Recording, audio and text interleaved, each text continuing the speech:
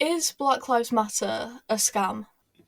Black Lives Matter is a massive scam, great money making scheme. We've seen the leaders uh, set themselves up with these huge property portfolios, and they're laughing at us. They are laughing their asses off at these lefty liberal white middle class people that have been campaigning for them, doing all the work for them, and they've been raking it in.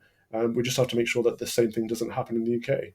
So, apart from the organisation, what has been the general legacy of Black Lives Matter?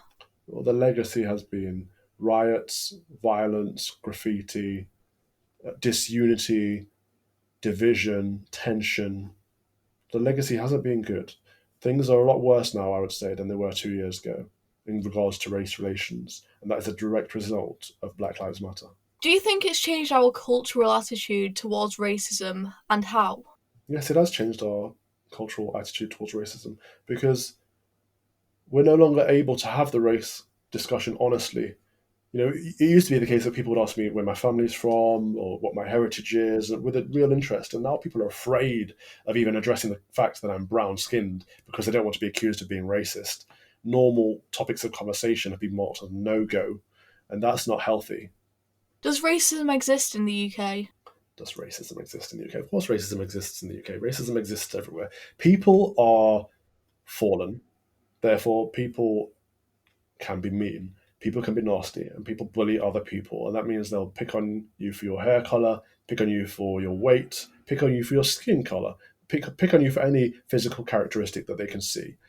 That's the way people are sometimes. So yes, racism exists. Racism will always exist. Of course, we need to work on stamping it out as much as possible, and we need to educate young people to let them know that's not okay. It's not the done thing, but of course it exists. What is critical race theory? Many on the left think it's just a way to combat racism.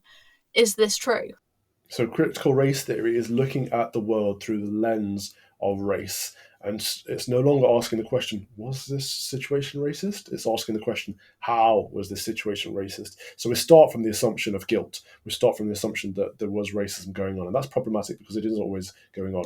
And that means that if we see, for example, a racial disparity, we'll make the assumption that it was racist. And there are many, many racial disparities in our society, but that's racial disparity is not evidence of racism, and we should be evidence informed. We should be looking at the data, looking at the wider picture, seeing what's going on. Quite often in the UK, because we have equality under the law, there are many situations that go on where things disproportionately affect ethnic minorities, but also disproportionately affect people in deprived areas or people in inner cities or people from a lower working class background. There are many, many different elements at play, lots of socio-economic factors to consider. And if we only look at race and we make the assumption it's race, we can't solve the problem because it's usually quite a lot bigger than race. And race sometimes is a factor, but usually not the whole picture. Why has CRT become so popular in schools and in academic areas all of a sudden? CRT is popular because it's easy, it's convenient, it's easy to say, yep, it's the system. The system is against you. Blame the system because it's easier than taking responsibility for yourselves and or for fixing the problem. It's much easier to put a black square on your Instagram profile or put hashtag BLM in your bio than it is to actually do something about the problem, to change, make a difference in the country or in the world. And in education, just like every other public sector, when there's a big fad, they feel like they have to address the issue. So, off the back of George Floyd and BLM, that was a big global movement. Schools thought they had to do something. They had to address this conversation that was going on. Well, rightly so. But the way they did it was taking on board critical race theory, which I think is inappropriate because it's teaching young black kids that they are victims and oppressed and held back, and teaching young white kids that they are oppressors and racist, whether overtly or covertly. And I think both of those things are untrue. But if you tell young people them often enough, of course they will start to believe them. They are self-perpetuating. So CRT is creating the very problem that it was supposed to set out to solve.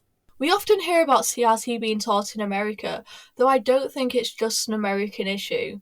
The UK has its own version of critical race theory, which can be seen in the civil service or the diversity inclusion officers in every sector of the UK. Do you think critical race theory is a threat to the UK? It's a massive threat in the UK because we copy whatever goes on in the blooming American continent. We copy over here in the US and Canada. We are taking on board their political issues, and we have a very different history. American race issues are nothing like British race issues. We had the first cohorts really of immigration in this country were the 1950s, the Windrush generation. Prior to that, we didn't really have swathes of immigration. Whereas America had, they had slaves in their country. We didn't have anything like that. They had the whole civil rights movement to try and get equal rights and equal opportunities for people of color.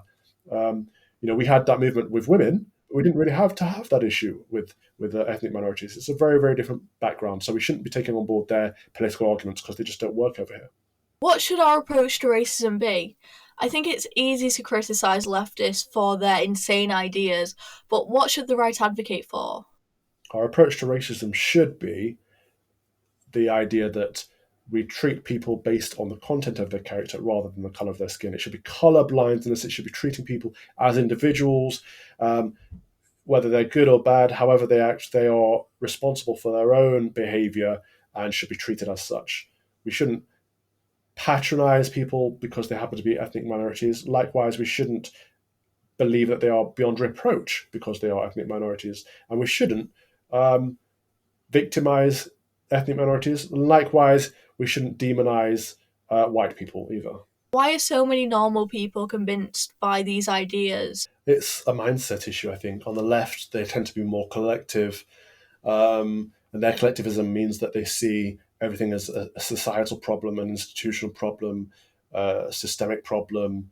This is why they believe that the state should fix all of their problems. And on the right, people tend to be individualistic and look at issues based on the individual, which is just as problematic, to be honest, because then don't have any collective responsibility. The answer is somewhere in between, and for me personally, that's what my faith brings me. That almost communitarianism of yes, we're individuals with our own rights and responsibilities, but we'll also have obligations and duties and a sense of service to the wider community. We can't have one without the other, otherwise we get in a great mess. Do you think this is an example of the left winning? Yeah, perhaps. Yuri Bezmenov talked about this about 40 years ago, that the left were going to be very structural, and the long march through the institutions, they're going to take over our key public bodies, and they have done. Even though the vast majority of people in this country, I believe, are small c conservative, all the key institutions have been taken over by liberal lefties, and that means that wokeism is everywhere. Even though it's a very vocal minority, it's a very powerful and influential minority, and it is shaping our country for the worse. But we have the majority, we have the numbers, so we need to all stand up and say, actually, enough is enough. We're not going along with this nonsense anymore. What action can be taken to stand up against these divisive Marxist ideas? Does this include taking back our institutions, for example? Yes, we need some Gramansky entryism. We need to take back the institutions from within. We need people on the right to stand for positions of power and influence. Proper conservatives, though, not these new liberal types that just want to appease the left.